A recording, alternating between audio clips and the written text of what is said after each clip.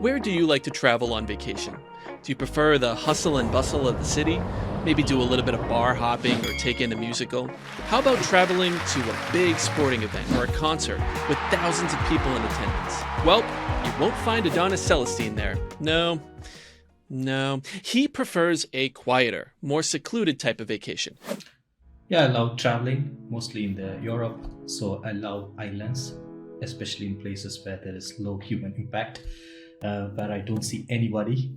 Canary Islands is one of my favorite ones, especially because of the nature there.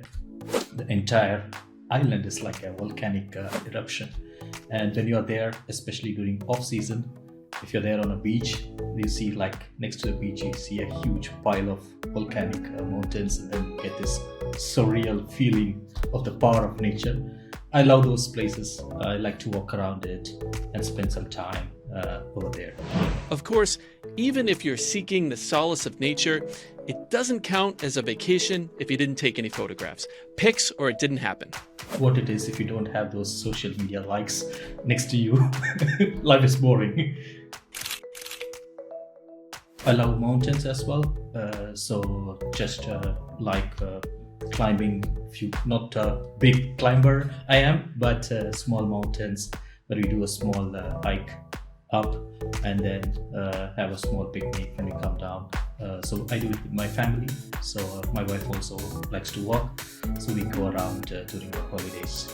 I love Croatia as well. They have a lot of small islands, unexplored islands, and some of them are really remote, which you can get on with a boat, like maybe once or twice a day, where there's a boat service from the main island to a smaller one. So I love it. It's an amazing place. I would recommend you to go there. I think Europe itself is quite beautiful. For Adonis, these vacations offer a critical time to unplug, reduce the noise, and center himself. Not to mention, it's also a great way to avoid any emergency work calls. I work a lot during my day, work on several stuff, including projects, company, my personal stuff. I love to speak, I like to write. I spend a lot of time on that. I also play hard, so when it's vacation, I would like to shut out myself, be away from the world. So these kind of vacations help me to kind of a reset button where I can, after the holidays, I go back to work with a fresh mind, with some fresh inspiration. This is the Ready Test Go podcast, brought to you by Applause. I'm David Carty. Today we're speaking with seclusion seeker and automation expert Adonis Celestine. As the director of automation at Applause, nothing satisfies Adonis more than a happy customer. As an advocate for test automation, he strives to make software testing easy yet innovative for brands all around the world. Adonis has written 3 books on digital quality, including his most recent, which he published in September, called Quality Engineering: The Missing Key to Digital CX. He also speaks at conferences throughout the EU, but right now he's speaking with me. All right, Adonis, let's start off with a broad strokes question. How do you define digital quality, especially as it relates to the customer experience? Yeah, for me, from my perspective, quality is really hard to define. It depends on who you ask. Like if you ask my kid who's likes to play Roblox, they know they will never care about quality. It's like it's in a game, like they're climbing stairs. And after like 10, 20 steps, there are no steps anymore and they don't care. It's just a feeling, the experience they get. That is what matters to them. Same in the business side as well. It depends on who you ask. You ask a business guy, what is quality? It is all the requirements, they write it out. And if you ask a quality engineer what quality is, it's all about test cases that he has written down. But in the end, quality is a perspective. It cannot be properly defined. And that perspective can change based on the experience of the user. And that's why I see quality and digital experience are something very similar to each other. Now, Adonis, the title of this episode is What Elevators Can Tell Us About CX. So, Adonis Celestine, what can elevators tell us about CX? I understand there's an example that points back to the Industrial Revolution. Yeah, that's indeed, because elevators have and quality and experience have something in common. During the Industrial Revolution, after the Industrial Revolution, when the passenger lifts were introduced, people were really afraid to take the lifts. They were feeling claustrophobic, and they were complaining that the lifts were really slow, and they are even better if they walk up the stairs, which is much faster. So they did several things like bringing up the speed of the elevators, making it really fast and usable, but still people didn't like it. And then a smart engineer came up with an idea. So what he did, instead of approaching it technically, what he put on some mirrors on the elevators. So the mirrors not only gave them a feeling that there is more room to avoid claustrophobia, but it also kept them occupied. So people were using it for all kinds of stuff, like adjusting their hair, putting on makeup or lipstick. So they did not notice the passage of time, which gave them a feeling, okay, it is quite better. You can also see that same in your digital work applications. You see this progress bar when you're opening a web app, or you see all these spinners. All these are like putting these mirrors on your elevators to make the customer feel that your application is faster and more efficient. So that's why for a digital experience, it's not always about technical stuff. It's about managing this kind of stuff, which elevates the experience of the user, is very important. Now, if any elevator engineers happen to stumble upon this episode, might I suggest a mini bar or an espresso machine? That would be my next innovation. Just a suggestion. Yes. That one's for free. You can take that one. So I want to get back to something you said before, Adonis. You were talking about business requirements, user requirements. These typically define the test cases, right? So how far do these go toward actually addressing user needs and concerns? Yeah. It depends on project to project. I have seen projects where you have these user requirements, or so-called the business requirements, which have been worked on for 12 months in an agile way. We develop something, and then we go to the customer just to find out that there is actually no market for that product itself. So that's why it's very important to have some design thinking mindset, where we first agree on an idea, make small prototypes, take it to the market, validate with the right customers and users, and then build on top of it. So it's an iterative method with valid user feedback. So that is where I see like a gap in the current development methodology, where the user requirements or somebody's thought, or someone higher up in the organization thought this is what the customer wants, which can be far from reality in some cases. Right. So it sounds like there are definitely some user-centric gaps there that really aren't covered by these user requirements and test cases. Can we drill down on that a little bit more? What other kinds of gaps do you see in this kind of situation? I can give you an example of a ketchup bottle, for example, from Heinz. So you have this upright bottle, which is like a very nice product. And you also have this ketchup bottle with a down-facing lid, which is more popular. If you look at the market analysis from Heinz, the bottles with opening at the bottom sold much more than the ketchup bottle with the lid on the top. So you see two distinctive designs here. One was more product-centric, which was based on requirements, user requirements, based on functionality, tested probably on the test cases derived out of it. And the other one is more like what the actual user wants. While the ketchup Heinz ketchup is a great product, if you have struggled to get it out of it, especially when it is cold, when it is like only few ketchup left in the bottle, that is where the user-centric approach comes into picture.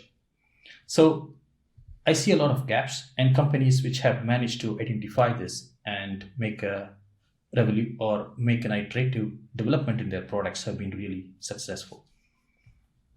Yeah, that's a great example. So you ultimately propose a shift from a product-centric approach to a user-centric approach to development. Now, this all makes sense, but it's probably no small effort. So what sorts of challenges can businesses expect to encounter as they make this kind of shift? You're right about it. It's easily said than done. Of course, the first thing to find out is like what does your customer actually need or want? That's a $1 billion question which companies are trying to solve. But it is also not always what the customer wants. As Henry Ford said it, if I asked my customer back in those days what they want, they would have probably replied like, okay, I need a faster horse. They don't see the need for a car there. So it is not always about what the customer wants, but it is about balancing what you think there is a market for a product and what the actual customer wants. So balancing this and getting this outside in perspective into your design process, into your development process is the key. So there's a happy medium there, right? I mean, this is also very different from the days of old. I mean, you can go and make that monetary investment to gather that input from your customers, right? So, is it a matter of some of these companies just not spending that money the right way or not valuing the customers' opinions enough? What's your perspective on that? Yeah, it's like it's a process. So we have to try it out first. It's not always easy. So there is always some kind of resistance to change. So my perspective is like just try it out. Invite your customers probably for your product backlog meeting, or when you have developed a nice prototype, just show it to them to see like what do they think about it. Get that feedback into your process and then iteratively develop it. I think that's a good way to approach to bring in this user perspective into your process. And if you still have some opposition when you're trying to make this shift, there will always be naysayers or people that don't want to change their ways of working or thinking about a product. How do you proactively deal with that opposition? Because it's going to pop up with any kind of change that you make, right? Yeah, of course, all these process that I talk about requires a real mindset change itself. And that is not easy to make within an organization. So it's all about giving them a taste. For example, when I was working for a bank, we invited few of our customers to our office. We just put them in a room and asked them to use our application with some minimum instructions. And like we were waiting out. It's like an interrogation room, so we could watch what they are doing. They cannot see what we are up to. So with the way that they were navigating the application as developers and testers in an agile team, that gave us a lot of insights. That gave us a lot of feeling about, that's a different perspective. I never thought about it. I never thought about a few things, even in my own application, which I have been building for the last 5 years or so. So those insights, if they can get a taste of it, probably like that resistance from people who are not willing to change will go down a bit, because they have seen it in action, they have seen it in working, they get a perspective out of it. Right. And to help emphasize the point, from your perspective, what are some brands that succeed with an aggressively user-centric approach? Anybody come to mind? I think I have a lot of brands. So if you look at the modern tech companies, they're all about digital experience. Let's take the example of Netflix, Uber, Airbnb, the Booking.com. All these companies have some kind of like X factor which makes them fly. And that X factor is the CX factor in my customer experience factor. So if you look at Uber is nothing about, Uber won't own any cars by themselves. If they are nothing about travel industry itself. It's a tech company which revolutionized how travel needs to happen. I can give an example. As I said in the beginning, I travel a lot. So before the Uber days, whenever I go book a taxi to airport, the tester in me kicks in. So I used to doubt everything. Did I book it correctly? Did they register my name properly? What if the driver car breaks down? All those things creates anxiety. For me, I don't care if Uber is expensive or not. Those anxiety has been taken away with the use of Uber. For me, that's a good experience of a service. So all the tech companies that we see today are focusing on customer experience, and that has been their key success. but I bet the tester in you still checks the app Of course. 5 I times don't to believe make it. sure that you put the right address in there, right? Yeah, of course. I Of can relate course. to that 100%. So I'm with you. Yeah, that's why Uber has an app which gives you some real-time insights. They know exactly, they acknowledge that they have received your request. They tell you exactly where the driver is. All these things reduces those kind of anxiety, I would say. Absolutely. Now, I'd imagine narrowing down the customer journey isn't easy for everybody, right? So what are some ways to verify and refine how you're developing for and testing against a customer journey?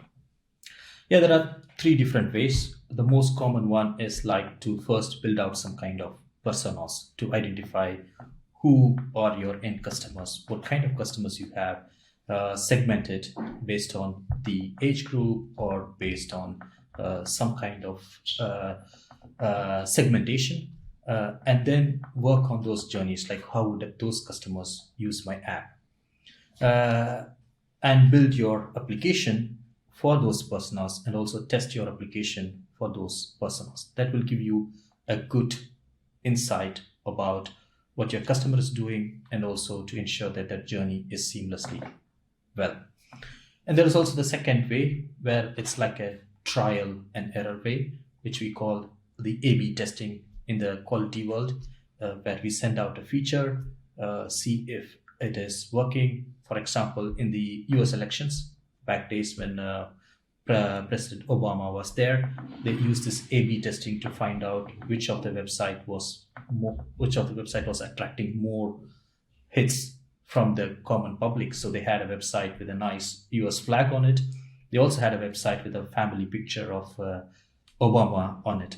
Of course, the one with the family picture attracted a lot of people. So that was a way for the people to find out, okay, this picture works quite well. We can do the same with products and features. We can build something, show it to a larger group of people to see which one works, and then go about that path. And then there is also the third way, which is more a technical way. Use AI, machine learning, to also synthetically simulate how a user journey would look like. So, for example, in flight situations, nobody can actually test an emergency situation. It's all done through simulation. So those journeys and stuff could also be simulated and developed based on that, and also tested for quality based on simulation. Yeah, whether you use AI or whether you use A/B testing, these customer journeys are dynamic, right? Everything from technical changes to geopolitical to economic factors, these can all change how a customer interacts with your brand and your products. So how do you provide a reliable, high quality experience if and when that journey evolves? That's a really good question, because a lot of people in this customer experience digital world think like, okay, I made a customer journey and then I'm done with it. But your customer journey also should go through your change management process. If it is not a good journey map, unless you keep changing it frequently as and when your customer personas or profile changes. So awareness, like, okay, you have, this is not a living journey document, is the first step. And then also updating it based on the feedback. Every time that you get a feedback from your customer, you also keep updating your customer journey map. So over a period of time, it will evolve. And yeah, that will help us to sustain the changes that are happening in the customer profile itself. Now let's go back to using AI. How can organizations use AI to help assist with predicting customer behavior? And are there some common mistakes that some organizations make there? Yeah, I think AI and machine learning, when used at the right level, can bring in a lot of good experience. For example, when you're shopping at Amazon, it will show you some kind of related products. That helps me a lot because I can compare the prices, and I can also see what is there in the market in that product range or in that category, which helps me to make that buying decision. But that is kind of a personalization. Next time when I come and search for a similar product it also recommends me, okay, these are the products that you looked before, probably these are the ones you wanted. All these, for all these to work, for the analytics, you need data. And that data, I know it's collected from me. I'm okay with it until a level. But there are also companies where, okay, if I'm discussing with my girlfriend or with my wife about buying something, so next, and even without any Googling or without getting into any of the internet stuff, the next day morning, if I open a website and if I get recommendations to buy that product, that gets really creepy. So AI and machine learning are useful if you keep the personalization to a particular level in such a way that experience is still really sweet. Once and you even that can cross, change over time too, right? We might become more open and embracing of these kind of predictive behaviors over time too, as people, right? yeah. I think, yeah, if you look at the market, like hyper personalization is like what everybody is looking at. Nike, everybody, every company, digital company, they want to give that tailored experience.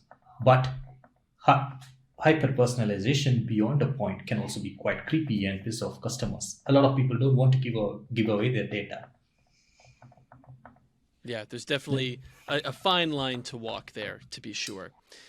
Now, Adonis, moving forward, the way users interact with digital products is going to evolve even more, whether that means the metaverse or just some other version of an integrated digital experience. The way consumers interact with their digital worlds will probably look very different in the near future. So how does this evolution dial up the table stakes for businesses, and what should they be strategizing for over time? I think change is inevitable in the digital world. Even like very technical people who call themselves very tech savvy, they could also find themselves in 20 years like completely out of the digital world. It's changing so fast, especially in the metaverse world. But I think if you look at the bigger companies or the digital companies, they are already started to think about it. If you look at Nike or if you look at Gucci, for example, all fashion brands, retailers, they already have a store in the metaverse where people can buy stuff. So businesses that adapt to these changes, they will survive. And others, of course, the Kodak example often comes into discussions in these kind of scenarios. You have to move digital, you have to move forward, and you have to adapt new technology as you go on. All right, final sprint here, Adonis. I have a few more questions for you before I let you go. In one sentence, what does digital quality mean to you? For me, digital quality is all about experience and perspective. Simple. I love it. What will digital experiences look like 5 years from now? That's hard to predict. Probably we need an AI engine to do that. But it will move on from a nice to have position that we have now into a necessity for businesses to survive. What is your favorite app to use in your downtime? I have a lot of favorite apps, but I play a lot of mobile games. I play War and Order. That probably takes a lot of my time every day, but still it's like a stress buster for me. Absolutely. What's something that you are hopeful for? It's about, in the digital world, it's about inclusivity and accessibility. As I said, a lot of people would be left out, even the technical people in the future. How do we bring all these people in the metaverse world, for example? That's a key for the future. That was Adonis Celestine. If you happen to bump into him on vacation, say hi to him for me. Oh, actually, you know what? Better yet, just leave him alone. Let him enjoy nature, okay? Thank you for listening. Shout out to our producers, Joe Stella and Samsu Sallah, and graphic designer Karley Searles. Feel free to reach out at podcasts@applause.com, and we will catch you next time.